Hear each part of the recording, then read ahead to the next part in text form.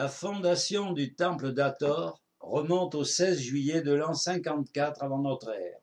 Cette date est confirmée par l'astronomie car elle correspond au lever héliaque de Sirius à la latitude d'Endera, 28°08' nord. Des inscriptions sur le temple indiquent que le plan respecte de très vieux documents datant de Khéops et même des temps anciens des serviteurs d'Horus. Pour plus d'informations sur cette datation, vous pouvez consulter le travail de l'égyptologue Karine Gadré sur le site culturedif.org.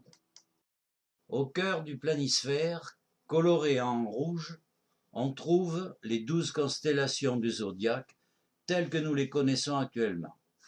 On observera leur sens de rotation anti-horaire qui illustre le sens de précession des équinoxes en référence à ce grand cycle solaire d'environ 26 000 ans. Colorés en vert sont figurées les 5 planètes visibles à l'œil nu: Saturne, Mercure, Jupiter, Vénus et Mars. L'année civile en Égypte était divisée en 12 mois de 30 jours, soit 360 jours, plus 5 rajoutés juste avant le mois de Thoth, jour dit épagomène. Cette année se divise en 3 saisons de 120 jours chacune, 4 mois de 30 jours. Akhet commence par le mois de Thoth, c'est une période d'inondation liée à la crue du Nil. Péret correspond à la décrue du Nil, période de germination. Shemou, période des récoltes. Le calendrier des saisons est dit calendrier vague, car il ne prend pas en compte les 0,25 jours supplémentaires du cycle de l'année, un écart que nous rattrapons actuellement par les années bissextiles. Partons d'une copie du zodiaque du Louvre sur laquelle nous superposerons nos calques.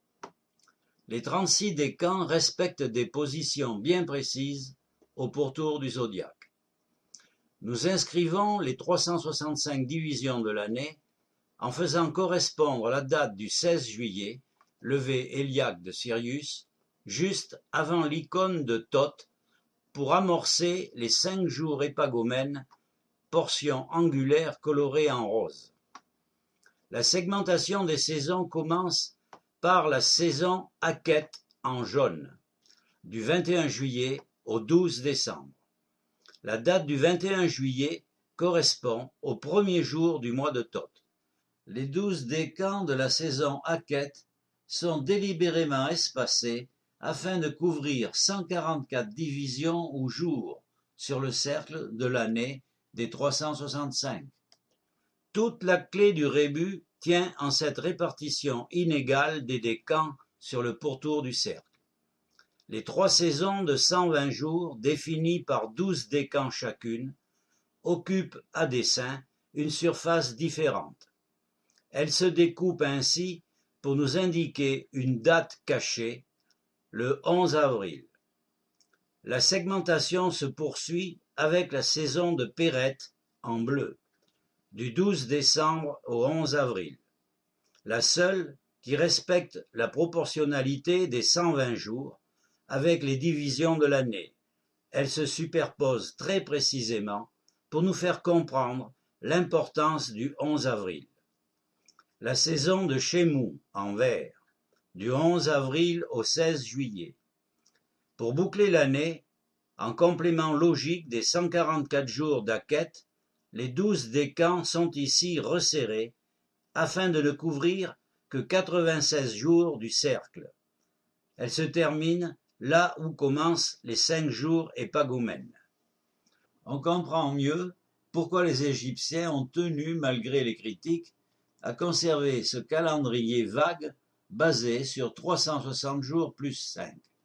Car nous voyons bien que c'est ce système de référence qui permet de répartir astucieusement le décompte des jours et de conserver la lecture du précieux document. Pourquoi 2 axes repères? Sur un piédestal se tient Horus à la tête de faucon. Fils d'Isis et d'Osiris, il est la manifestation du mouvement solaire. son icône invite à tracer un premier axe vertical et sa séquence horizontale au centre du cercle. Nous les traçons en blanc. Mais en dehors du cercle zodiacal, deux autres signes, placés en opposition, invitent aussi à tracer un deuxième repère orthonormé, que nous colorons en jaune. D'un côté, un visage, deux yeux, un soleil en guise de nez, une barbe, regarde une pointe de flèche de l'autre. La question est, pourquoi ces deux repères? Horus étant une personnification du soleil, il nous faut bien sûr regarder vers cet astre. Astronomiquement, le 21 juin, au solstice d'été, le lever du soleil au méridien de Dendera, 54 avant Jésus-Christ, fait un angle de 63 degrés 11 minutes par rapport au nord. Si nous figurons cet angle en superposant un calque sur le zodiaque, nous observons qu'il s'inscrit très exactement entre les deux repères d'axe. Les mêmes compléments angulaires lui font rejoindre l'axe horizontal d'Horus en blanc et l'axe du personnage barbu en jaune. Nous allons voir que la justification de ces deux repères axiaux est non seulement fonction de l'angle solaire d'été, mais aussi de l'angle du lever du soleil au solstice d'hiver le 21 décembre à Dendera. En effet, le lever au 21 décembre se fait selon un angle de 116 degrés 15 minutes par rapport au nord. C'est pourquoi il couvre précisément la surface angulaire étendue de l'axe d'origine jaune à l'axe blanc horizontal. Maintenant, ayons la curiosité de regarder l'angle de lever du soleil à Dendera au 11 avril. À cette date clé, le soleil se lève à 81 degrés 53 minutes par rapport au nord. Si nous superposons le calque de cet angle sur le zodiaque à partir de la verticale d'Horus, nous constatons que nous pointons très précisément la date du 11 avril. Voyons à présent l'angle du lever de l'étoile Sirius à la latitude de Dendera. L'angle du lever de l'étoile est une constante au cours de l'année. Cet angle est de 107 degrés 35 minutes par rapport au nord.